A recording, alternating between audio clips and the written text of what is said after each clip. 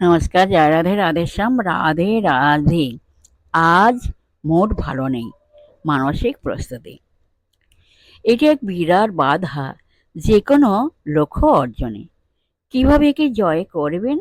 প্রথমেই দেখুন এটি কিভাবে আপনার মনে দানা বাঁধছে। আলস বা দীর্ঘসূত্রতার সময় আপনি কি ভাবছেন? কাল থেকেই কাজে লেগে যাব, আজকে দিনটা থাক, আজ মুড ভালো নেই, সামনের রবিবারে ছুটি আছে, সেদিন করা যাবে, আজ ভীষণ ক্লান্ত লাগছে, ইত্যাদি ইত্যাদি। এবার কি করবেন? মনের যে চিন্তাটি উঠছে সেটিকে খাতায় লিখে ফেলুন। তারপর লেখাটির দিকে তাকিয়ে দেখুন আপনার মন কিভাবে আপনাকে ঠকাচ্ছে।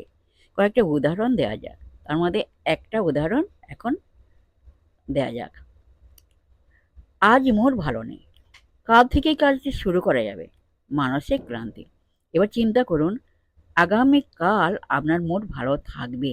এ কথা ভাবছি কেন?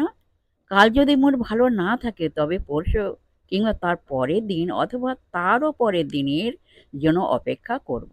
মুডের উপর ভরসা করে লাভ নেই। মুডের উপর ভরসা করে লাভ নেই। তার চেয়ে আজই কাজটা শুরু করে একটু এগিয়ে থাকা যাক। তার চেয়ে আজই কাজটা শুরু করে একটু এগিয়ে থাকা।